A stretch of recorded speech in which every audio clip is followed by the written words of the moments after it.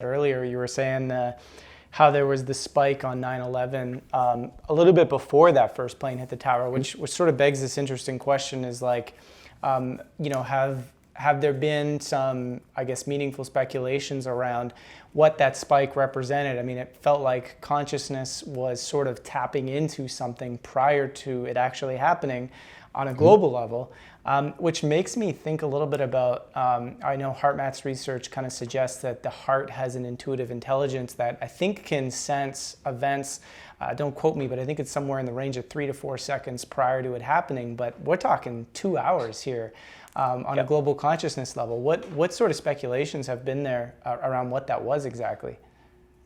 Many. And it's still being debated as to what this means. There's no question that there was a statistically significant effect that showed up prior to the plane striking and persisted for many hours for the rest of 9/11. I personally relate to that as something that we see very often in psi research, which is kind of the term for mind over matter research or parapsychology research. And that's that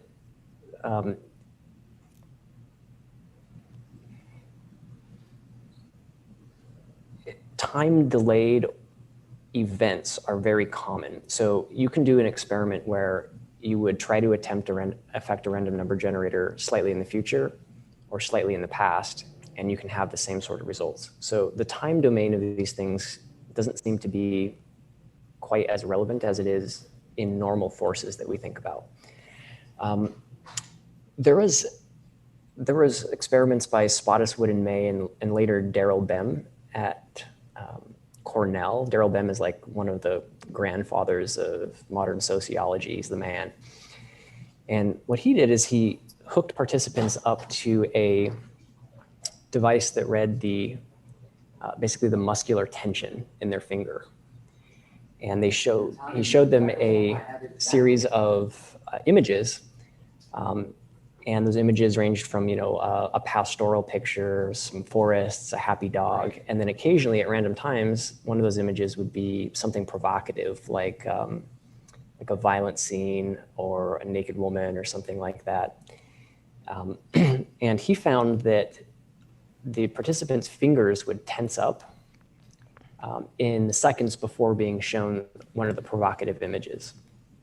So you can do this experiment over and over again, and you can put all the data together. And he found something like, I believe it was odds of 74 billion to 1. Wow. That this is an effect due to chance. It's clearly not. So there's something about the human being itself, about human consciousness, probably our subconscious, that seems to be tuned to the near future and responds to it. And that makes perfect sense because you think about all the stuff you have to be attuned to in the near future just for your own survival, driving a car or these types of things. So with the Global Consciousness Project data on September 11th, it could be that what you're seeing is something like a collective effect of that presentiment effect. But there's also this possibility that because of these time-delayed effects, after the events of September 11th unfolded, and I guess probably even for years thereafter, because that was so significant, when you go back and look at the data, by going back and looking at the data, you have an expectation, or the experimenters have an expectation that there's going to be some sort of effect. Like there's got to be an effect on September 11th, right? It was the most significant day of the last century. And so you go back and you look at the data, and of course there's an effect, right? And it can happen even a couple of hours beforehand. So it's always really difficult to parse out whether or not something is an actual presentiment effect or whether something is a time-delayed retroactive or retrocausal effect backwards in time. Right. That's really the discussion. It's not so much, is the data real? It's, is this retrocausality or is it presentiment? Is it a collective experimenter effect among the people doing the experiment or the people that are looking at the results and reading about it? Or are you actually measuring something called global consciousness with these, devices spread around the world? That's really the question I think that needs to be answered. Yeah, it's like a chicken and an egg type situation, right? So it's like I'm sort of unpacking this a little bit in my head as you're sort of expressing it. It's almost like really looking at what is the effect on consciousness, on our reality, from the standpoint of, like, once, let's say we were looking at it from a linear time perspective, right? Where it's like, okay, there's time, which is kind of how we perceive things and how we've come to culturally perceive our reality. It's almost like once something happens, it sort of sticks. But what you're kind of saying is something could happen. There may not be a sort of massive focus or a massive spike per se, and from a consciousness point of view, but you could actually decide that that was a very meaningful event later in perceptual time, look back, and then suddenly see a spike. And you would kind of never really know the difference, which kind of leads to this, it goes back to the double slit experiment and the observation effect, obviously, which is kind of what this is all about. It's like, it leads to that big question, if a tree falls in the forest and nobody's there, did it actually happen? Did it make a sound, Yep. so to speak, right? Which is a fascinating thing that I'm just still wrapping my mind around, kind of what to draw in terms of meaning from a lot of this, because I think that's kind of the tendency we have is like, what's the value of exploring? I mean, this is actually a fair question to you right now. Is like, what's the value of exploring this stuff from your perspective and experience so far?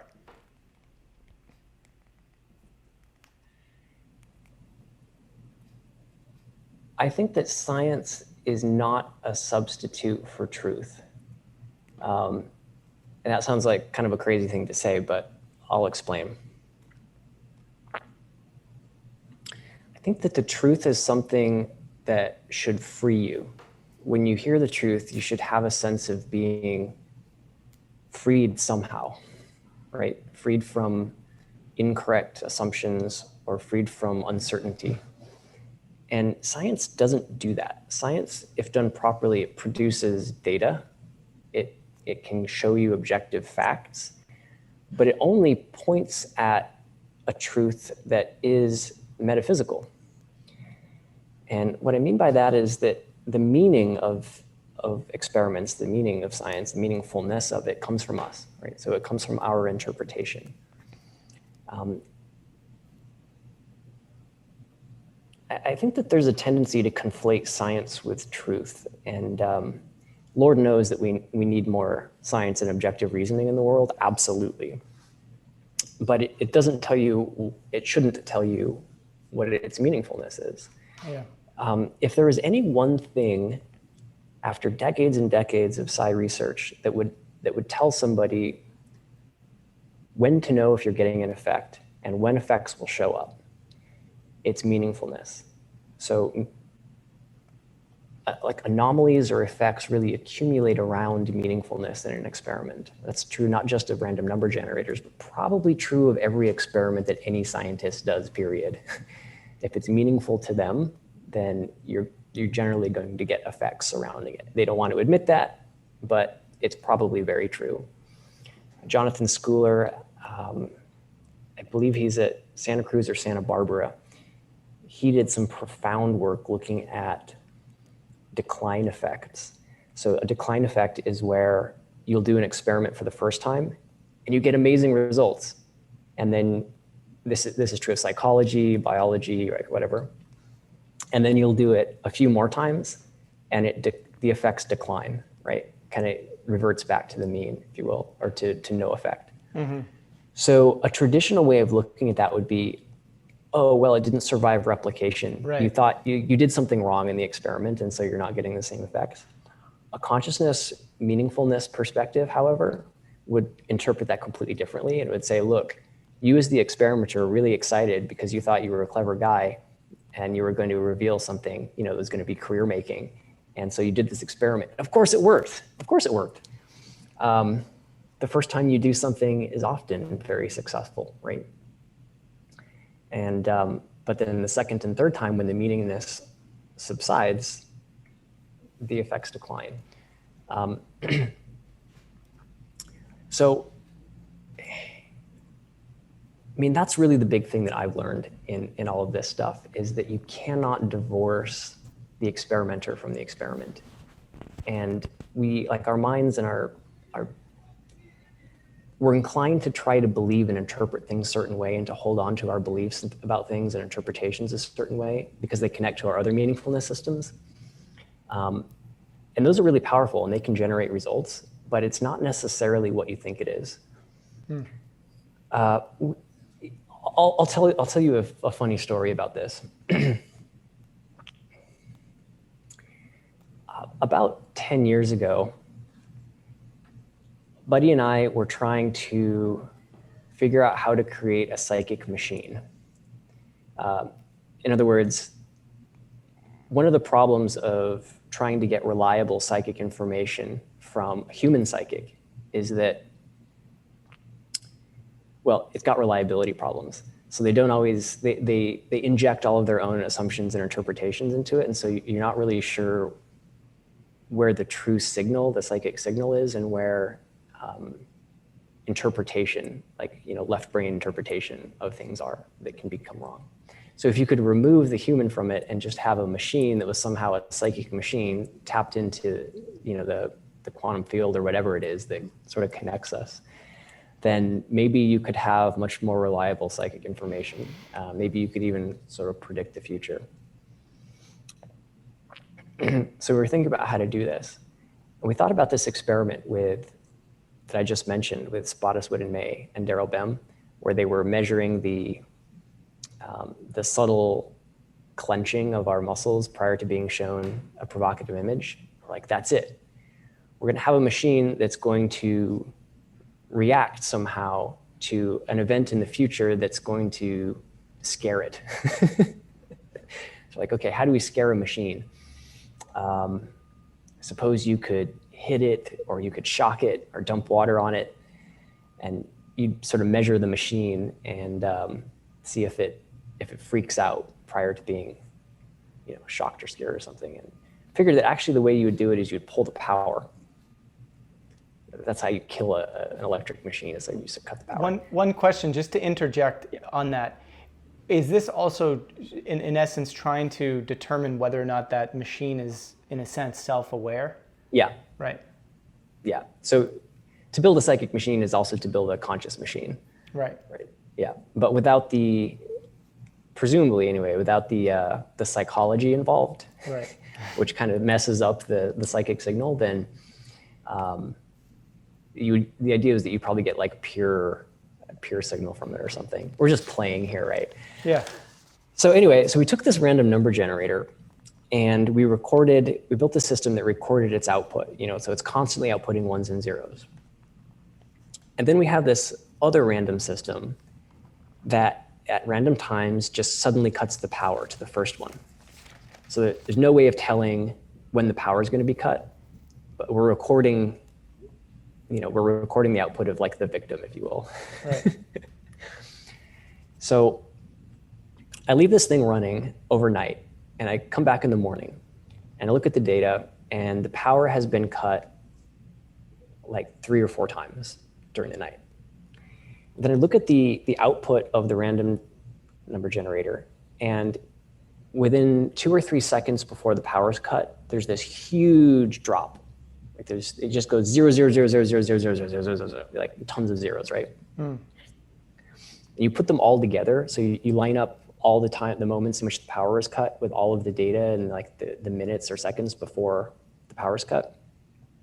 Just kind of aggregate it. And it was significant on the order of like 10 million to 1 or something. So it was like, whoa, this machine totally predicted, the future, like at least 3 seconds before it actually happened. So I packed this up and I sent it to my friend Garrett Medell, who's an engineering professor at CU, very qualified, competent gentleman who runs his own lab and all of that. So he gets his grad students to rebuild the device and just building it up from scratch. And he runs the same experiment that we ran. Again, tens of millions to 1 that this happened. Seems to be predicting the future. He's super excited now because he's like, this is incredible. Like, we built a conscious machine that's going to change AI. Not only that, but you can totally predict the stock market or something like that. Right? So it's very meaningful to him, right, to do this, because he's excited again about science and about doing something completely new. So I think we did 3 or 4 replications, all of which were very successful. Cumulatively, the output of these were greater than something like 2 billion to 1, more significant than the entire global consciousness database over 25 years put together.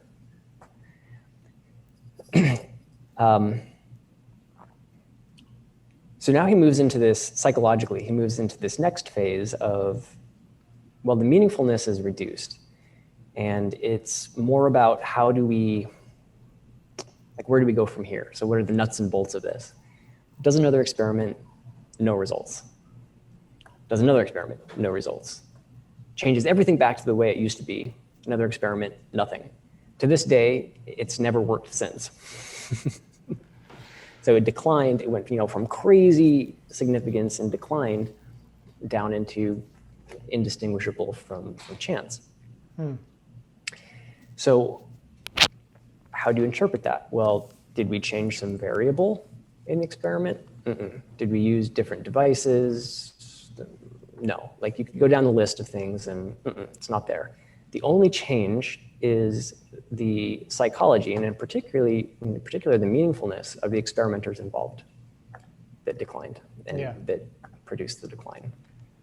Yeah, it's interesting because when I think about it, I think about the, we'll say it's a current human challenge, but I would say even specific to Western culture, it might be a little bit more of a human challenge to be so analytical, be so mind-driven.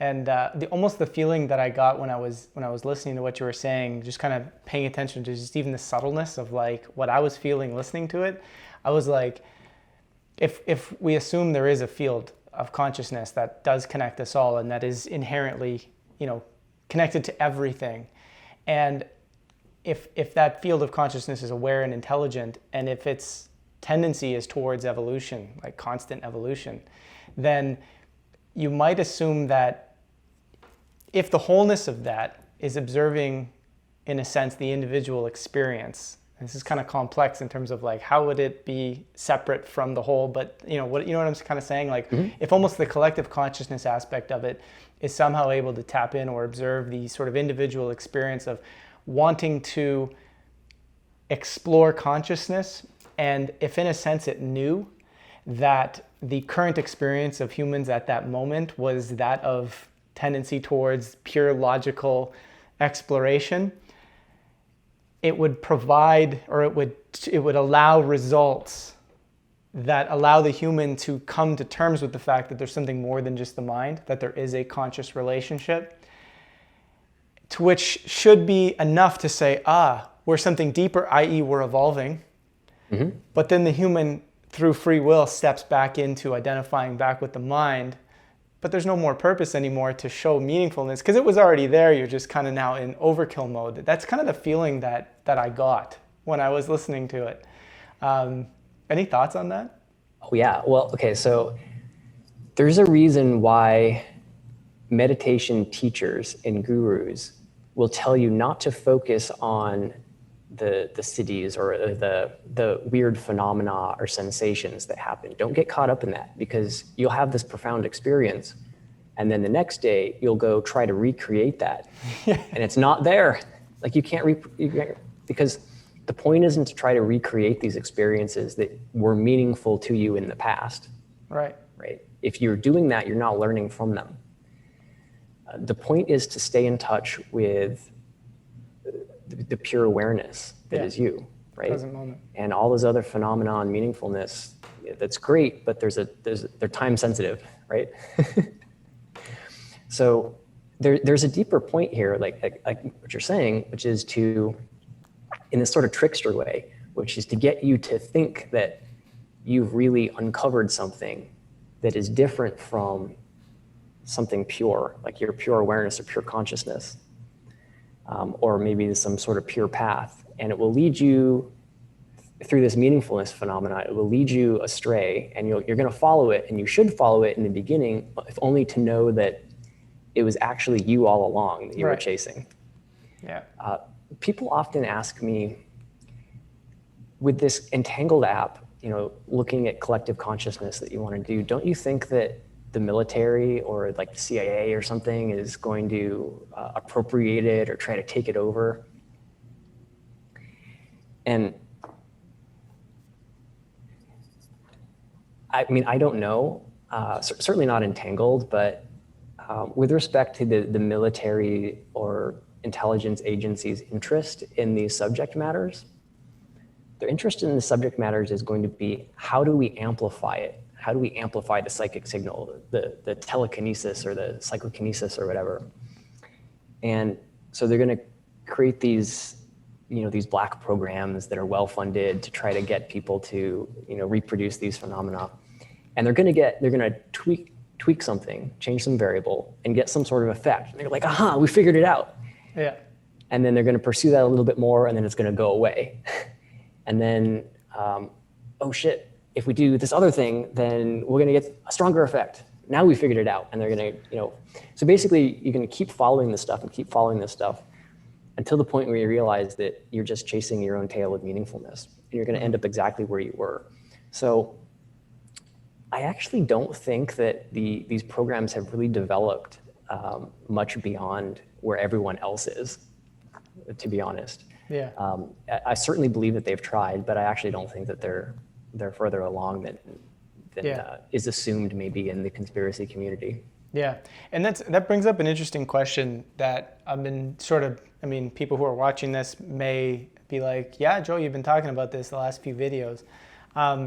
It's this whole idea of, you mentioned earlier in the conversation, you were talking about how we have this tendency to want to move past uncertainty, right? So know something for certain. We have this tendency to want to really just utilize science as a way of saying, yes, this is true 100% of the time, so to speak. And perhaps there's times where we can say that, and there's other times where we can't, and there's other times where we think there's no meaning, where there might actually be meaning, or we have this whole dance with science.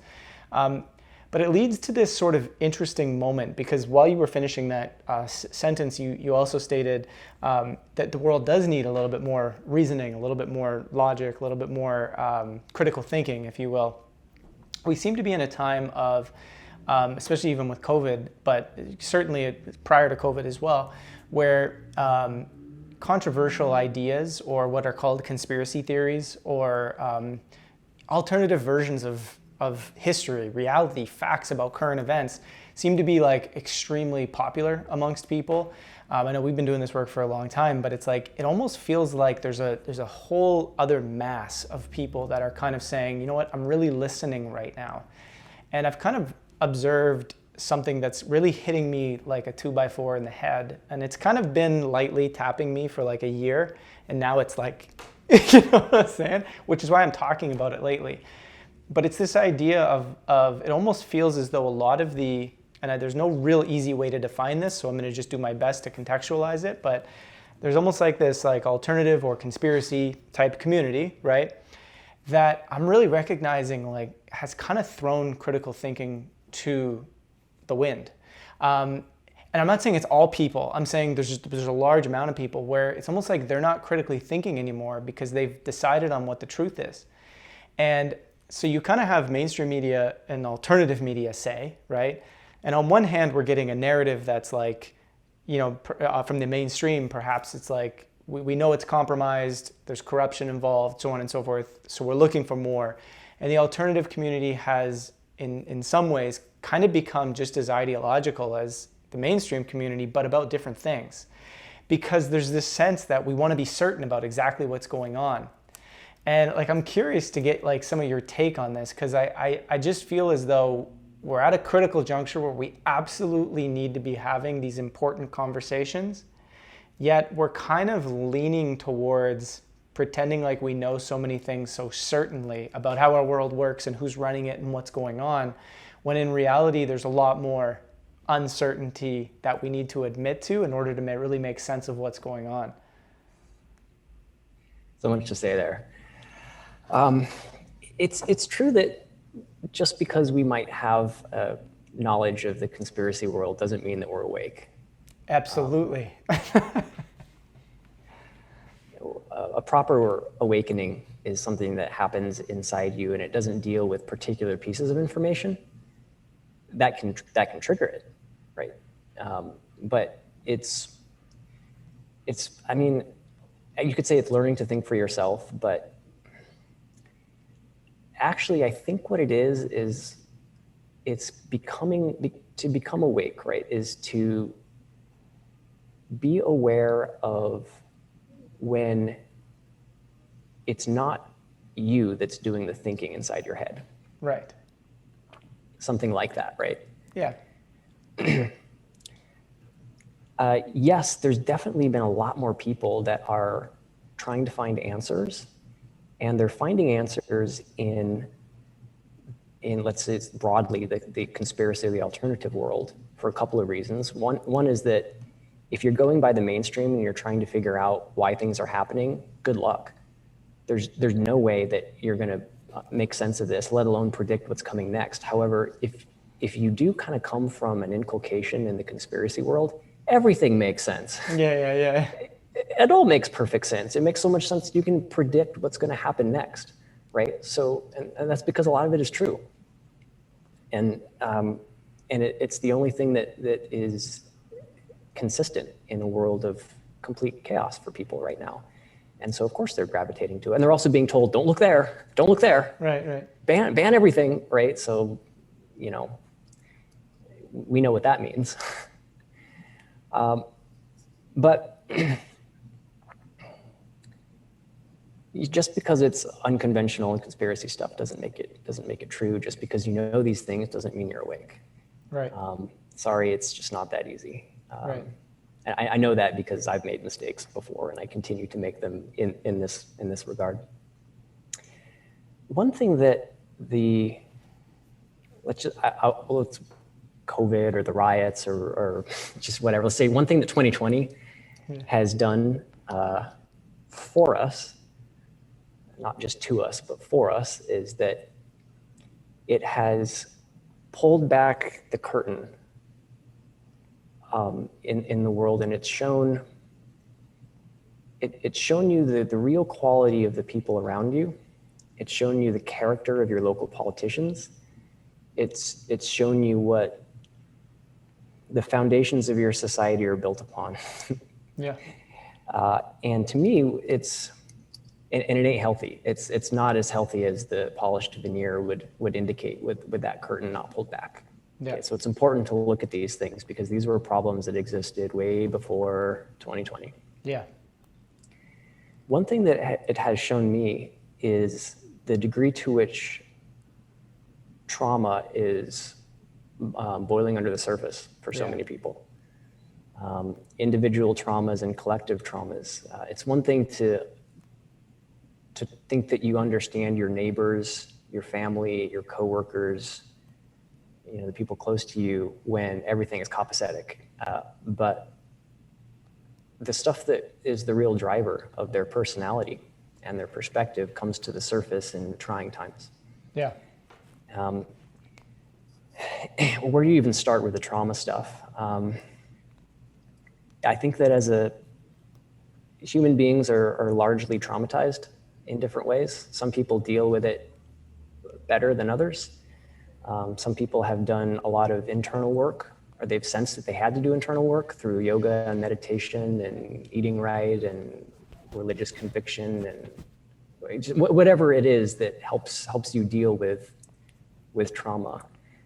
But others haven't. They haven't begun that process of recognizing and healing. And so when you have something that's like the boogeyman of the virus, where you've all got to wear these masks, and let's just take the masks, for example, which to my thinking as a scientifically inclined person is not the most effective way to deal with a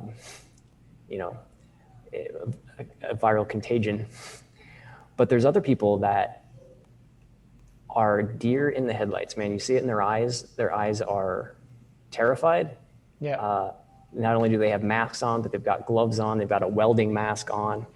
They live in a world of absolute fear and Yeah. and near paralysis, and it's not just because it isn't because they're afraid of a pandemic. It's because this pandemic thing is triggering something inside of them that's traumatic, probably from young adulthood or adolescence. Mm-hmm.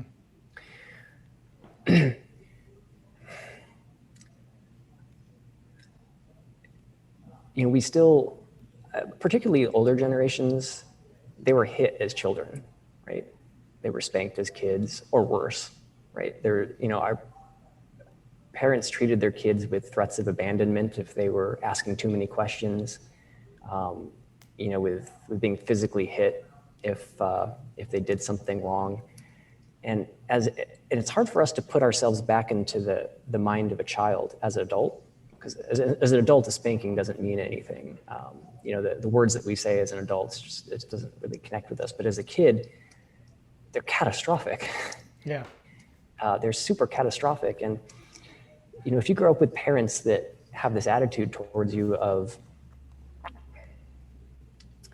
because I said so, not because they will reason with you to try to explain things, but will, in various types of brutal ways, treat you as, deal with you as a because I said so, and if you don't, you're gonna get hit. It's no surprise to me that it creates adults in a society that will go along with a government or authority figures whose authority isn't based on any type of reason or logic, mm-hmm. or articulated arguments or any arguments, but it's a because I said so. Yeah. It's because if you don't, we're going to throw you in a cage. Yeah, absolutely. And now the normal reaction for a healthy adult would be, the hell you are. Like, first of all, everything you're saying is totally dumb. And second, try it. We're not going to take this anymore. We're not going to tolerate this stuff. But if you're traumatized kids who grow up into adults, you're going to, not only are you going to tolerate living in a world like that, a because I said so world, but if people start to disagree with the authority figures, you're going to freak out because you know what's going to come next, right? You're going to get hit. Right. And so you're going to try to suppress people around you that are going against what the false authority is trying to tell you to do and believe.